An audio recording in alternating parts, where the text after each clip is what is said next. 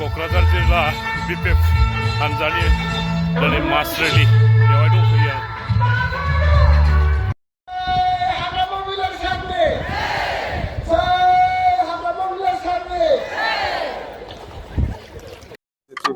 চলো যাত্ৰা এইটো খুব পজিটিভ আৰু আমি সাকসেছ কৰিব পাৰিছে বুলি আমি ক'ব পাৰোঁ যেহেতু এই ৰেলীত দিছপুৰ চলো যাত্ৰা যিটো ৰেলী ইয়াত সকলো জাতি জনগোষ্ঠী উপস্থিত আছে ৰাজবংশী আছে হিন্দী ভাষী আছে নাথ যোগী আছে সূত্ৰধৰ আছে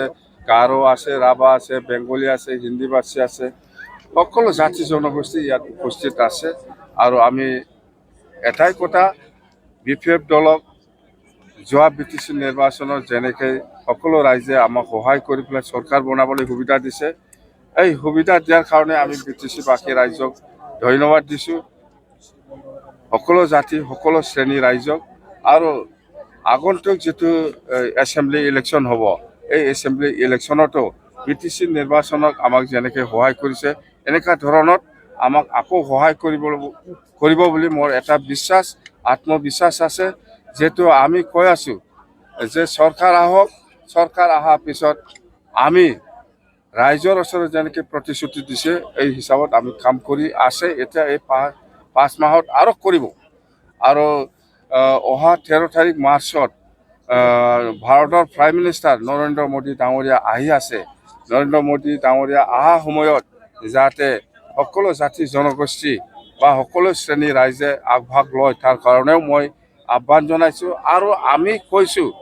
বিটিচিবাসী ৰাইজক আমি কৈছোঁ আহ্বান জনাইছোঁ ভাৰতৰ প্ৰাইম মিনিষ্টাৰ আহি আছে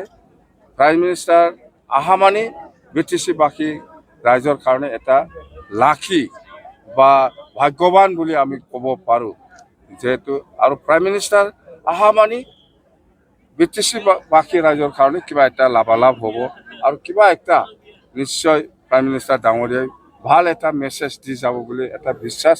আছে সেইকাৰণে মই সকলো শ্ৰেণীৰ ৰাইজক বিটিচিবাসী ৰাইজক হাজাৰ হাজাৰ লাখ লাখ ওলাই আহিবৰ কাৰণে মই অনুৰোধ কৰিছোঁ আৰু আমাৰ টাৰ্গেট আছে 2 লাখ গেডাৰিং আমাৰ টাৰ্গেট আছে নিশ্চয় ইয়াতকৈ বেছি হ'ব আৰু এনে প্ৰাইম মিনিষ্টাৰ অহা মানে ভাল এটা খবৰ লৈ পেলাইহে আহিব ভাল এটা মেছেজ দিবৰ কাৰণেহে আহিব আমাৰ বিটিচিবাসী ৰাইজক আমাৰ কথা হ'ল দিছপুৰত আকৌ NDA চৰকাৰ বনাব লাগে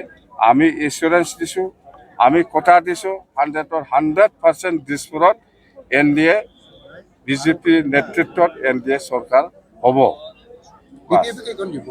বিপিএফ বুলি নহয় আমি এতিয়া বিপিএফ বা বিজেপি বা যিমান এলায়েন্স আছে NDA কোনটো দলে কিমান সঁচাকৈ কিমান চিট পাব বিজেপি হিচাপে নিজাববীয়া কিমান চিট খেলিব বা ACP হিচাপে বা UPPL হিচাপে বা কোনোবা যেনিবা গণশক্তি বহুত দল আছে NDA কোন দলে কিমান চিট পাব এতিয়ালৈকে ফাইনেল হোৱা নাই হয় আমি শুনি আছোঁ বাতৰিত আমিও দেখিছোঁ যে এনেকুৱা চিট পাব বিপিএফে এনেকুৱা চিট পাব বিজেপি এনেকুৱা এইটো ফাইনেল খবৰ নহয় যেতিয়া ফাইনেল হ'ব মোৰ মুখৰ পৰা আপোনালোকে শুনিব এইটো বিশ্বাস কৰক প্ৰাইম মিনিষ্টাৰ ডাঙৰীয়া আহিলে মোৰতো এটাই কথা আমিতো কমেই যেহেতু প্ৰাইম মিনিষ্টাৰ ডাঙৰীয়া আহি আছে ভাৰতৰ প্ৰাইম মিনিষ্টাৰ আমি কমেই বিটিচিৰ কাৰণে আকৌ ভাল খবৰ দি পেলাই যাবৰ কাৰণে মই অনুৰোধ কৰিমেই কম মুঠতে আমাৰতো আছে যেনিবা আগত আদৰুৱা হিচাপে আছে ইণ্ডো ভূটান নেশ্যনেল হাইৱে হ'ব লাগে এইবিলাক বাকী আছে বা কাৰ্বি আংলঙৰ বড়োসকলৰ ST হিলছ ষ্টেটাছ দিয়া এইবিলাক বাকী আছে সেইবিলাক আমি কথাটো ক'ম ৰূপসী এয়াৰপৰ্ট অলৰেডি চলি আছিলে মাজত অলপ বন্ধ হৈছে সেইটো হ'ল টেক অফ আৰু এই কিবাটো অলপ প্ৰব্লেম